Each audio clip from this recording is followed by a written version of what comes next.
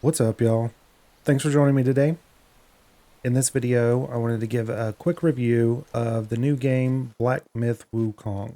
This thing is absolutely blowing up, breaking all kinds of records. If you are still on the fence about purchasing it, hopefully this video will help make up your mind whether it's worth your time and money. When I'm reviewing a game, I like to take a look at a few different categories in no particular order: artistic style, combat, story, enemy/boss design, voice acting, and character progression. As you can see on your screen, we're playing a little bit of the beginning area, hopefully to keep the spoilers down to a minimum. And the artistic style is fantastic. I absolutely love the way that the world is designed and the character, and what I've seen so far of the weapons and armor, absolutely top notch. As far as the combat goes, what I look for is it fun to play? And so far, going through the first chapter, absolutely. The animations are fast and snappy, and the combat can be very tactical, but at the same time, it can be very flashy, which is a lot of fun. The only thing that I've run into, which is probably just getting familiar with how the combat system works, is if you just tap the heavy attack button, it just kind of changes the stance a little bit. It doesn't automatically go and do a heavy attack, but you can chain that with some light attacks to have it do that heavy attack as you hit the button. I consider that a minor thing, and the more time I've spent in the game, the less of an issue it's become. As far as the story goes, I know nothing about the main story, and I really didn't look too much into it before purchasing it. I watched 2 trailers, and that was it. I decided to buy the game off of that. What I have played, again, I'm very early on. I've only went a little bit into chapter 2 so far, but I do like the story. I find it really interesting. And the voice acting and boss design and enemy design really go along to help tell that story as well. One thing that you will notice if you decide to play the game is that the character facial animations are not set to English speaking characters. For me, that's not a problem. The voice acting is done really well, and so it doesn't bother me that the mouth movement doesn't exactly match up to what the character is saying.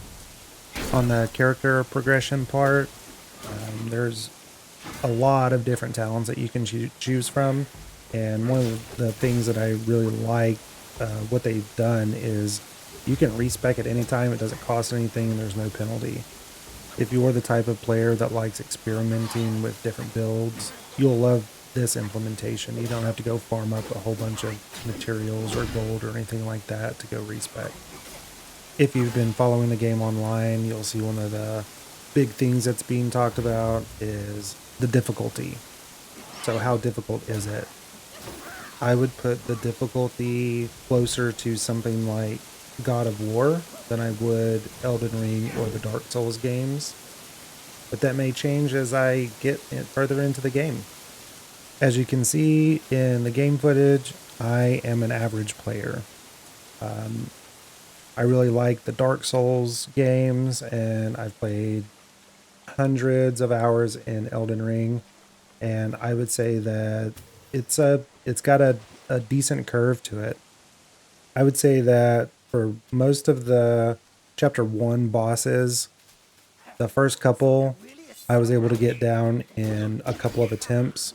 The most it took me to kill one of the bosses was 5 attempts. For reference, I think the first time I fought Margit in Elden Ring, it took me somewhere around 8 or 9 times to beat him.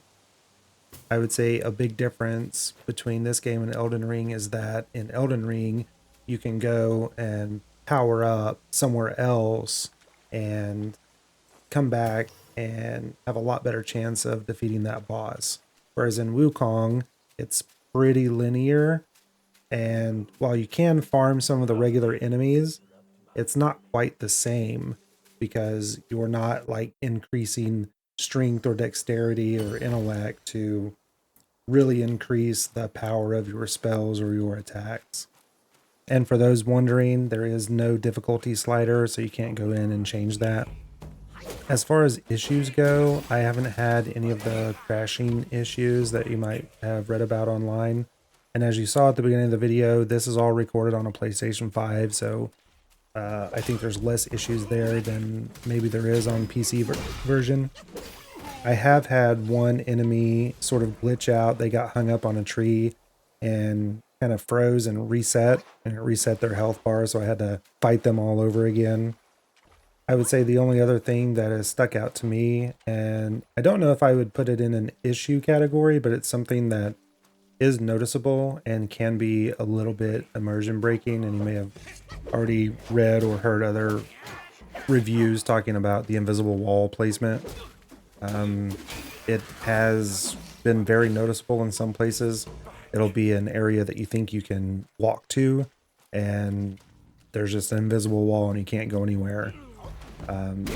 So they could use a little bit of improvement on some of the level design as far as, putting rocks or trees or something to sort of direct you and let you know that you can't really go that way. But again, I wouldn't put that in an issue category. It's just something that I do notice. Overall, would I recommend the game? Yeah, it's been a blast so far. And I've really just begun getting into it. I'm really liking the story. The combat is super fun. I can't wait to get a few more abilities and really start unlocking the talent trees. And I can't wait to see what kind of cool bosses I get to fight in the upcoming chapters. Hopefully this video helped you out a little bit. If you're still on the fence or you have any questions, let me know down in the comments and I'll see if I can help answer some of those. If you're already playing it, let me know what you think of the difficulty. Is it more difficult or less difficult than Souls games if you played those? And now we'll show some average skills on a little side boss. I appreciate you taking the time to check out the video, and I will see you in the next one.